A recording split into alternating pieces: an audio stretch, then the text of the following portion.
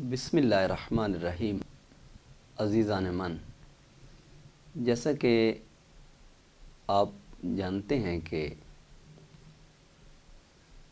حضرت شیخ سید عبدالقادر جیلانی رضی اللہ تعالیٰ عنہ آپ کی تصنیف لطیف فتوح الغیب کی سیریز جاری ہو رہی ہے۔ سابقہ سیریز کے اس حصے میں بنیادی آپ سے متعلق چند ایک گزارشات پیش کی گئیں۔ آج آپ کے سامنے اس دوسرے حصے میں اپنے استاذ اور اپنے قائد اور اپنے مرشد سیدی السلطان احمد علی دامت برکاتہم عالیہ آپ کا ایک تحقیقی مقالہ جو کہ آپ نے ذکر کیا ایک خاص نشست کے اندر، اس سے چند ایک اقتباسات آپ کے حوالے سے عرض کرنا چاہوں گا۔ ویسے تو آپ جانتے ہیں کہ حضور غوث پاک رضی اللہ تعالیٰ عنہ آپ کی کرامات کا ایک تسلسل ہے جس کا انکار نہیں کیا جا سکتا، لیکن آپ کے علمی، فقہی، تفسیری اور حدیث کی تشریحات کے پہلو کو اکثر مقامات پہ فراموش کر دیا جاتا ہے۔ آج بنیادی طور پر اس حوالے سے چند ایک گزارشات عرض کرنا مقصود ہیں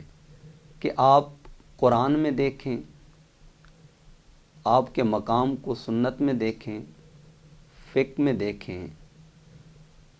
آپ کی خدمات اس قدر لاجواب ہیں جن کو فراموش نہیں کیا جا سکتا۔ اور آپ جانتے ہیں کہ ایمان میں جس طرح آدمی خوف اور امید کے درمیان اپنے آپ کو ایمان کے معیارات میں اور ایمان کے ثبوت میں اور ایمان کے اس بنیادی نقطے میں پاتا ہے جس میں آدمی اللہ رب العزت کا خوف بھی اور اللہ رب العزت کی خشیت کو بھی دل میں سموئے ہوئے ہوتا ہے۔ اسی طرح آپ کسی بھی اہل اللہ میں سے، اولیاء کاملین میں سے، صوفیاء کرام میں سے دیکھیں، چہ جائے کہ بعض مقامات پر یہ کہا جاتا ہے کہ قول شیخ حجت نیست، لیکن آج آپ کے سامنے بنیادی اس نقطے کو پیش کرنا مقصود ہے جس سے یہ واضح ہوتا ہے کہ قول شیخ حجت نیست یہ کہنا روا نہیں ہے۔ کیوں کہ آپ کی ذات گرامی میں جس طرح تصوف کے اعلیٰ کمالات پائے جاتے تھے، اسی طرح آپ کے وجود مبارک میں علم شریعت کے، علم فقہ کے، علم حدیث کے، علم تفسیر کے وہ بنیادی احکامات کے ایسے اسرار، رموز، بلکہ اگر آپ مجھے اجازت دیں تو آپ کا وجود بحر بے کنار تھا شریعت کے اندر، جس سے چاہے وہ کسی نقطہ نظر سے تعلق رکھنے والا ہو یا کسی بھی سلسلہ سے تعلق رکھنے والا ہو، یقیناً وہ سیراب بھی ہوا اور شرف یاب بھی ہوا۔ اقتباس میں جو آپ کے سامنے عرض کرنا چاہتا ہوں وہ یہ ہے کہ اسلام میں فقہی فکری اعتبار سے کئی مکاتب فکر پائے جاتے ہیں، لیکن امت اسلامی کا سواد اعظم اہل السنہ کو قرار دیا گیا، جن کو شرق تا غرب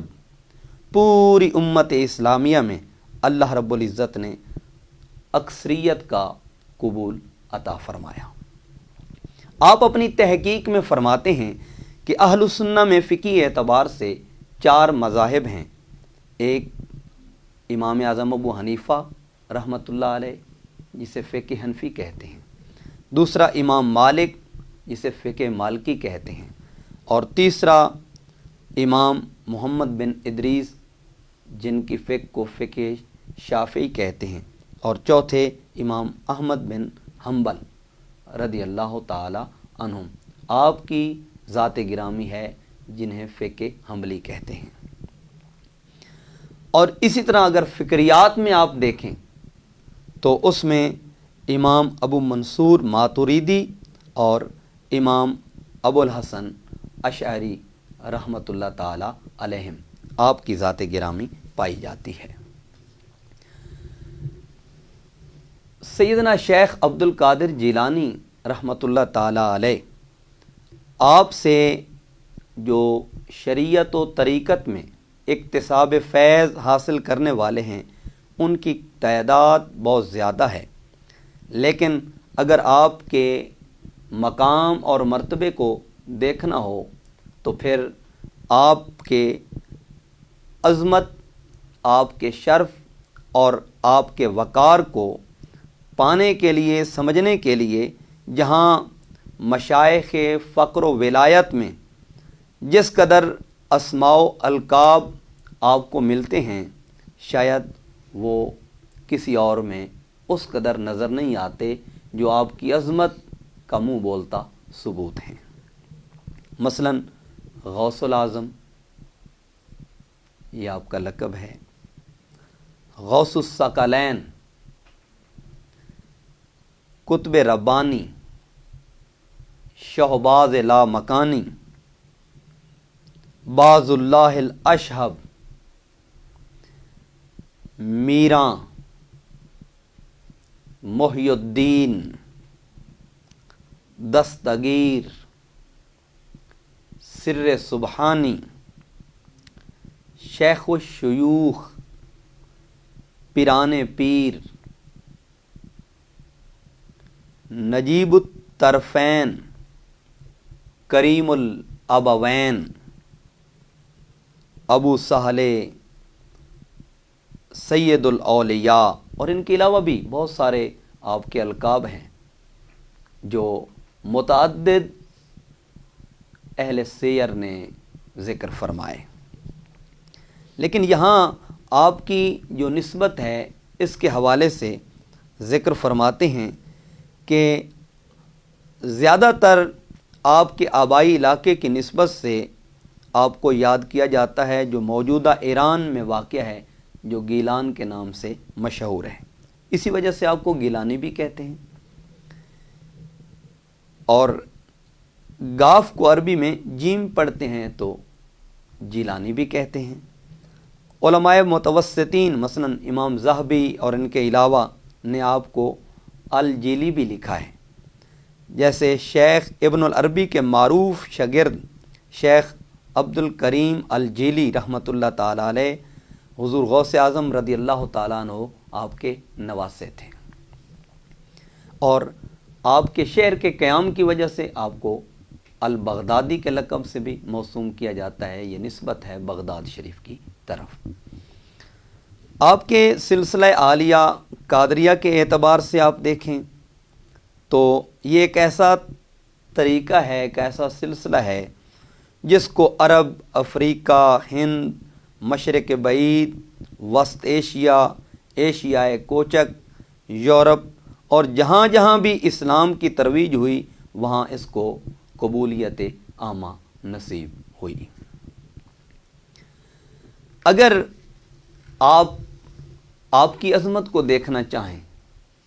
تو پاک و ہند کے اندر، یعنی بر صغیر پاک و ہند کے اندر آپ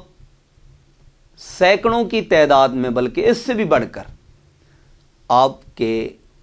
نام نامی اسم گرامی سے منسوب مدارس کا قیام موجود ہے، جیسے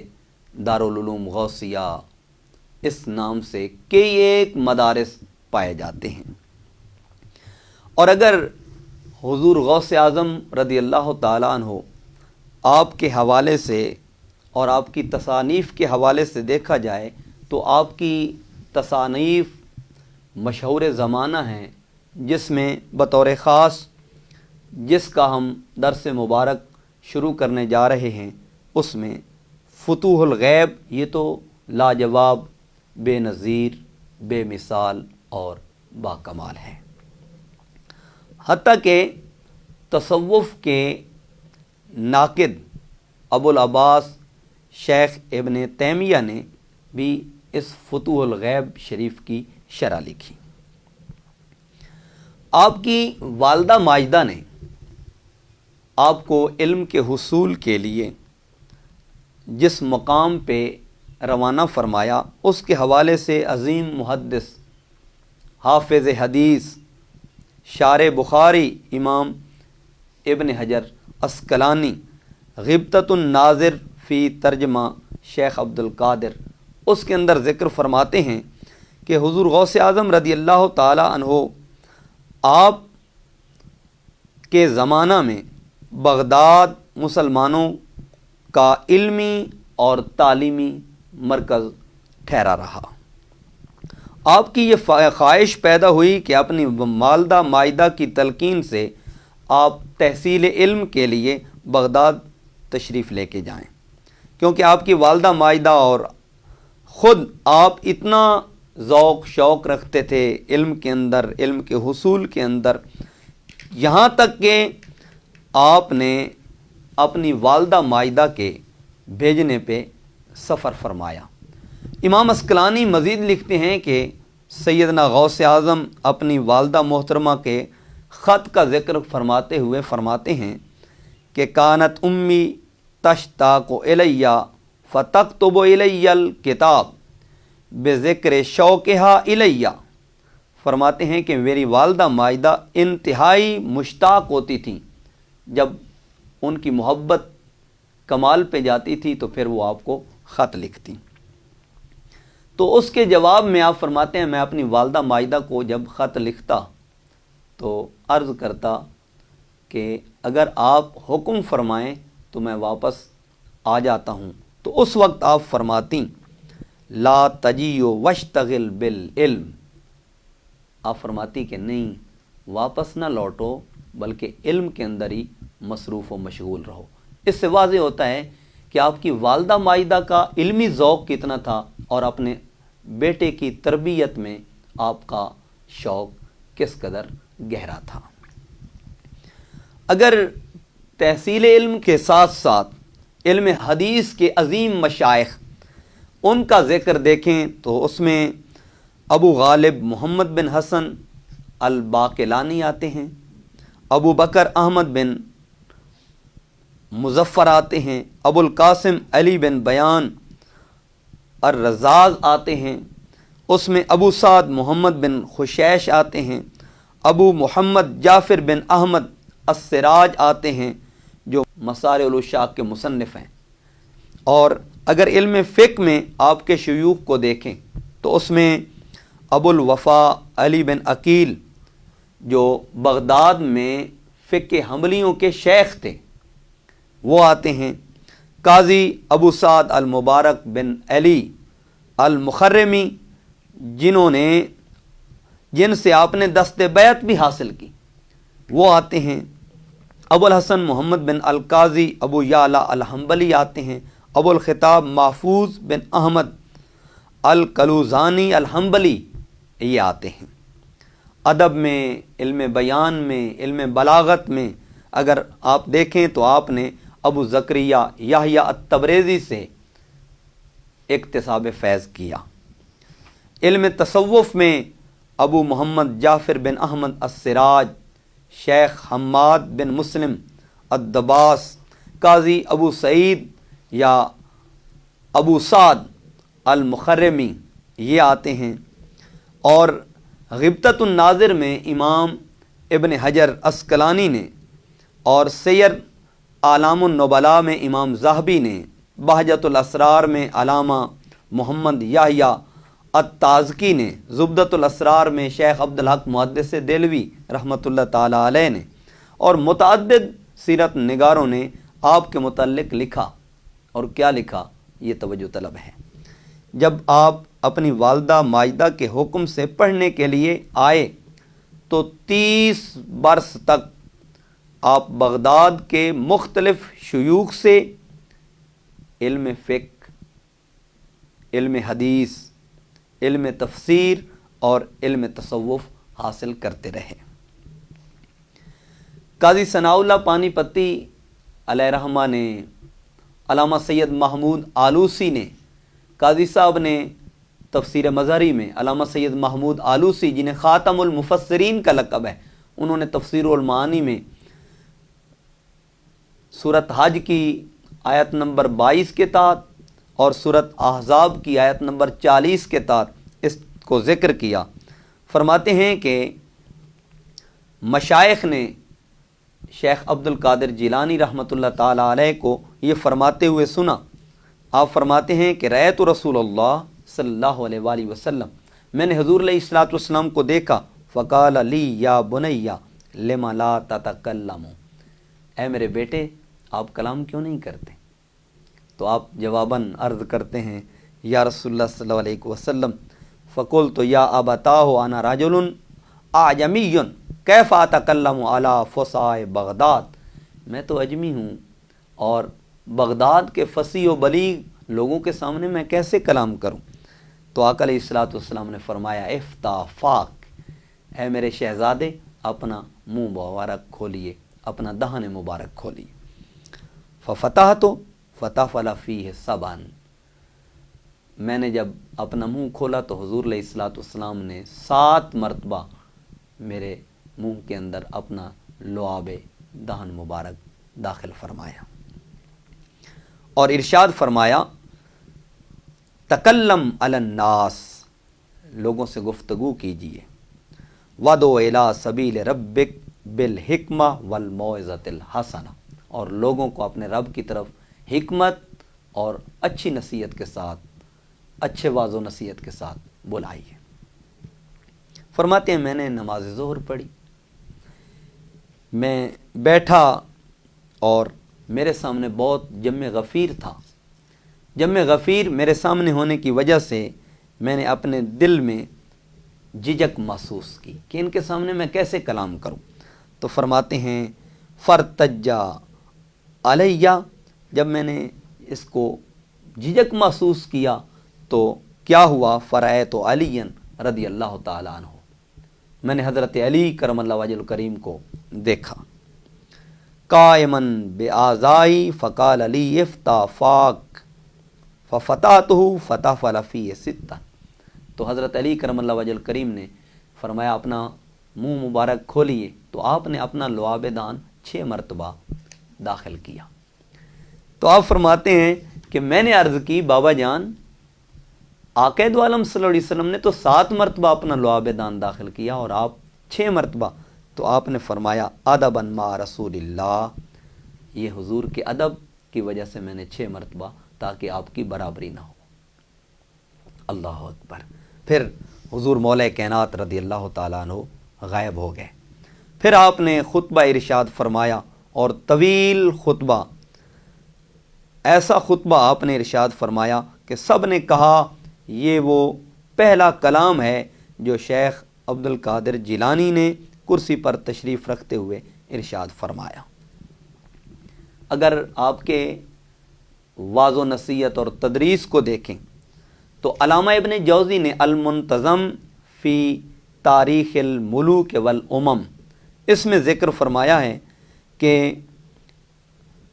آپ نے لوگوں کو واعظ فرمایا، آپ کے زہد کی شہرت پھیل گئی، آپ کی صورت وحایت لوگوں پر خاموشی طاری کر دیتی اور یہ مدرسہ لوگوں پر تنگ پڑ گیا، اتنے لوگوں کا جمع غفیر وہاں پہ ہو گیا۔ امام ذہبی نے سیر اعلام النبلاء کے اندر ذکر کیا ہے کہ آپ کے شیخ ابو سعید مخرمی رضی اللہ تعالیٰ عنہ کی تاریخ وفات 516 ہے، اور انہوں نے اپنی زندگی میں اپنا مدرسہ مبارک واعظ و نصیحت کے لیے، درس و تدریس کے لیے حضرت شیخ عبد القادر جیلانی کے سپرد کر دیا تھا، اور آپ کا وصال مبارک یعنی شیخ عبد القادر جیلانی رضی اللہ تعالیٰ عنہ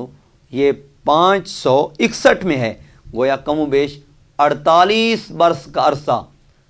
شیخ عبد القادر جیلانی رحمۃ اللہ تعالیٰ علیہ نے درس و تدریس میں گزارا، جس سے یہ واضح ہوتا ہے کہ آپ نے اپنی حیات طیبہ کا طویل عرصہ خدمت دین میں، درس و تدریس میں، علم تفسیر میں، علم حدیث میں، علم فقہ میں، علم تصوف میں، علم باطن میں، علم روحانیت میں آپ نے گزارا، اور آپ واعظ و نصیحت فرماتے رہے۔ امام سمعانی فرماتے ہیں کہ اس درس میں علمی وسعت و عمیقیت تھی کہ میں ان نکات کو بھی نہ سمجھ سکا۔ اب یہ امام سمعانی بات کر رہے ہیں کہ آپ کے واعظ و نصیحت کے اندر اتنی عمیقیت ہوتی تھی، مجھے نہیں پتہ چلتا تھا کہ آپ کیا ارشاد فرما رہے ہیں، یہاں تک کہ آپ فرماتے ہیں آپ علم کے کن نکات کی طرف اشارہ فرما رہے ہیں، عرض کی مجھے ان کی سمجھ نہیں آ رہی، تو آپ کے ایک شاگرد کھڑے ہوئے حضور غوث پاک رضی اللہ تعالیٰ عنہ، اور انہوں نے اس خطبے کو بالفاظ دیگر آسان لفظوں میں ذکر کیا، آسان لفظوں میں بیان کیا۔ فرماتے ہیں مجھے تعجب ہوا کہ آپ کے تلامذہ کو اتنی علمی رفعت نصیب ہے، اتنی علمی وسعت نصیب ہے، تو جن کے تلامذہ کو اتنی علمی رفعت، اتنی علمی وسعت نصیب ہے، ان کے اپنے علم کا کمال کیا ہوگا اور کہاں تک ہوگا۔ پھر حضور غوث اعظم جیلانی رضی اللہ تعالیٰ عنہ آپ کی اگر کتب مبارکہ کو دیکھا جائے، جس سے واضح ہوتا ہے کہ آپ کا علم سے، آپ کا شریعت سے، علم ظاہر سے کس قدر شغف تھا، اور یہ آپ معروف آپ کی کرامت سنتے رہتے ہیں کہ آپ بچپن میں شریعت پہ اتنے کاربند تھے کہ رمضان المبارک میں آپ اپنی والدہ مائدہ کا دودھ مبارک نہیں پیا کرتے تھے، سحری سے لے کر افطاری تک۔ اس سے واضح ہوتا ہے کہ آپ شریعت کے بچپن میں اتنے کاربند تھے، جوانی میں اور اپنے علم و کمال کی اس عمر میں آپ شریعت کے کتنے کاربند ہوں گے اور شریعت میں کتنے راسخ اور پختہ ہوں گے۔ شیخ عبد القادر جیلانی کو اتنی علمی وسعت عطا فرمائی اللہ رب العزت نے کہ آپ نے قرآن پاک کی 2 تفسیریں لکھی۔ ایک کا نام مسک الختام، جو ابھی تک غیر مطبوع ہے، مگر اس کا خطی نسخہ کتب خانہ بغداد شریف کے اندر موجود ہے، اور دوسری تفسیر الجیلانی ہے، اس کی یہ 6 جلدیں ہمارے پاس موجود ہیں، جسے استنبول سے شائع کیا گیا۔ اس سے واضح ہوتا ہے کہ آپ کی تصانیف لطیف میں ایسی کتب ہیں، تفسیر کے اعتبار سے آپ کی بڑی خدمات ہیں، جن کو کبھی بھی فراموش نہیں کیا جا سکتا۔ یہ ویسے تو بڑی طویل فہرست ہے، لیکن یہاں چند ایک کتابوں کا ذکر کرتا ہوں، جس میں الفتح الربانی والفیض الرحمانی، یہ آپ کے واعظ و نصیحت اور آپ کی مجالس کا ایک مجموعہ ہے۔ غنیت الطالبین، یہ اخلاق، تصوف اور ادب پر مشتمل ایک کتاب ہے۔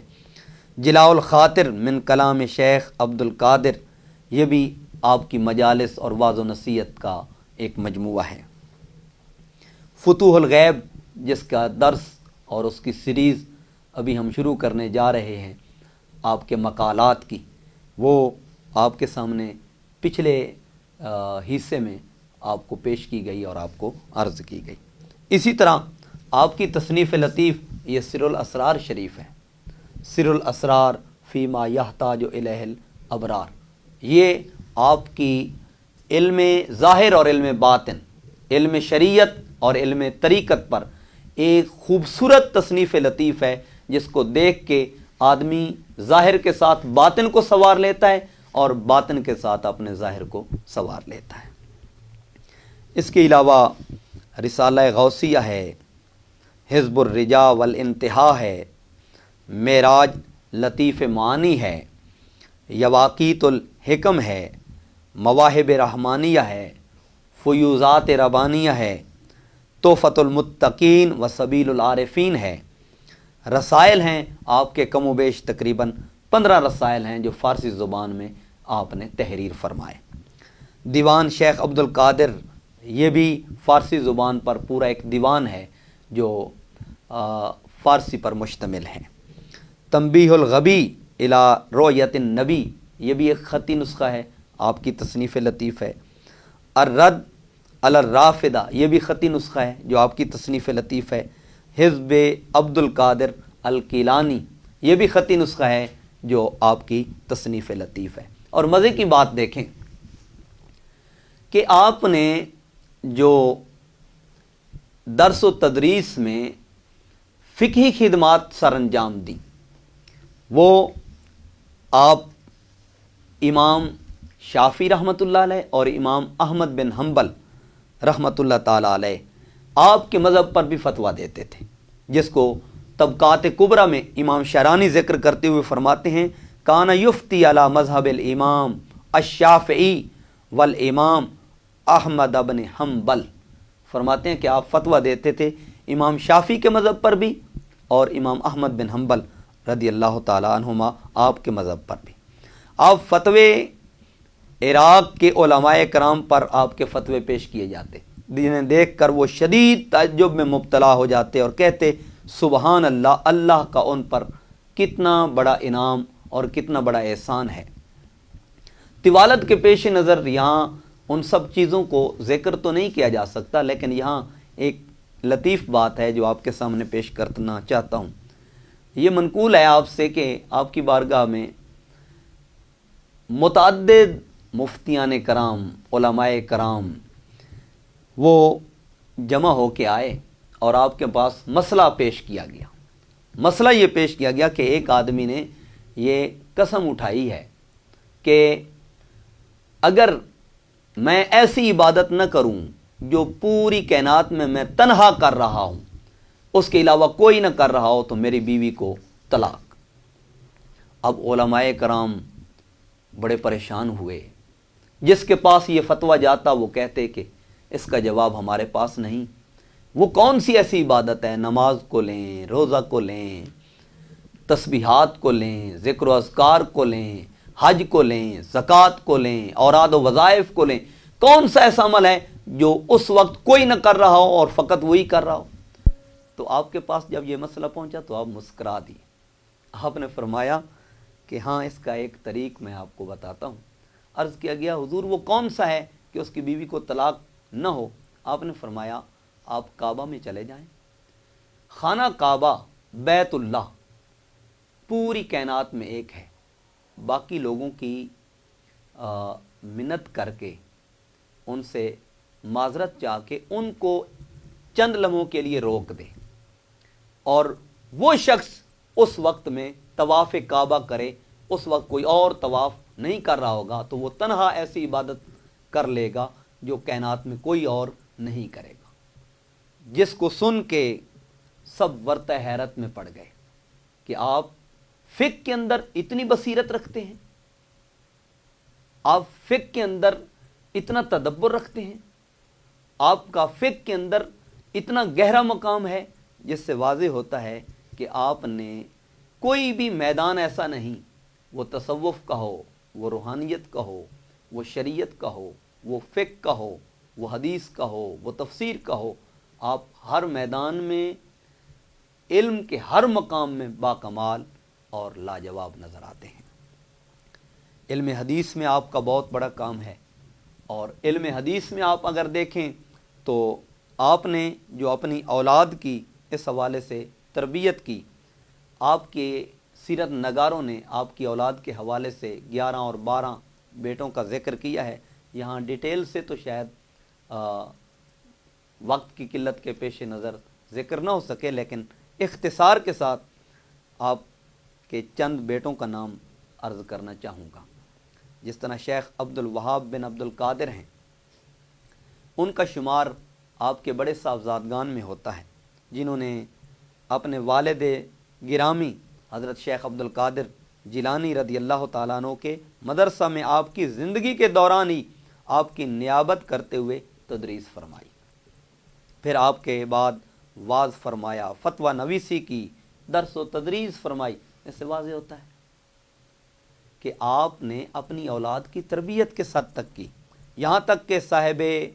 مروت سخاوت والے تھے، اور امام الناصر لدین اللہ نے آپ کو لوگوں کی شکایات سننے پر مامور فرما دیا، پس آپ لوگوں کی ضروریات کو امام تک پہنچاتے تھے، اس قدر آپ کی مقبولیت ہو گئی۔ اسی طرح شیخ عیسیٰ بن عبد القادر ہیں، آپ نے بھی واعظ و نصیحت فرمائی اور تدریس فرماتے رہے، جس میں قرآن، سنت، فقہ آپ کی تدریس اس کی فرماتے رہے، اور آپ کے فیض یافتگان حدیث میں، فقہ میں، اس تدریس میں جن کا شمار بہت بڑے اجل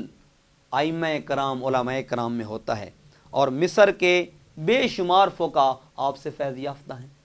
اس طرح شیخ عبدالعزیز بن عبد القادر ہیں،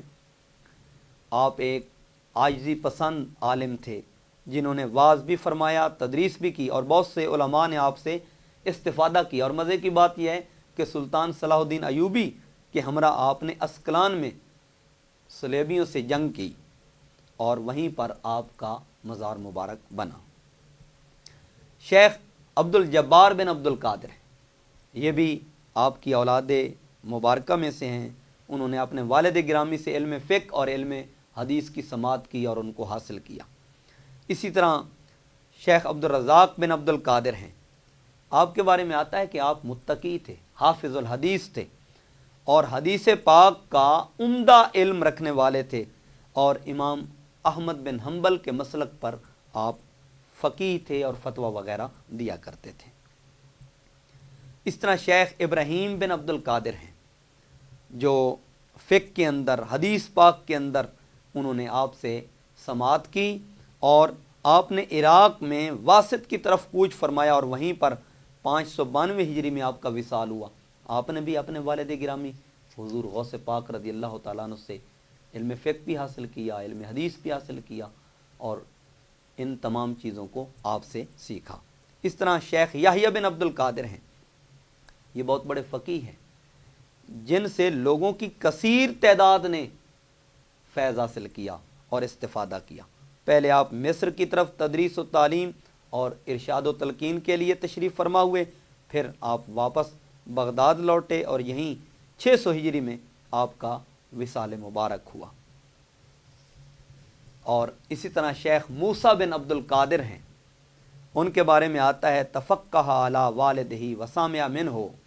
آپ نے اپنے والد گرامی سے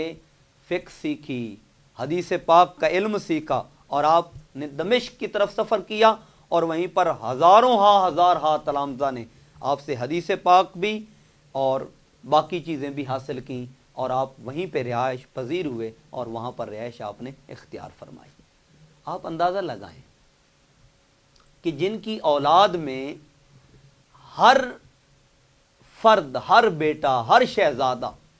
فقہ کے اندر، حدیث کے اندر، تفسیر کے اندر، روحانیت کے اندر جو کمال درجہ پہ فائز تھے، یہ آپ کے ظاہری علم سے بھی اور باطنی علم سے بھی شرف یاب اور فیض یاب ہوئے۔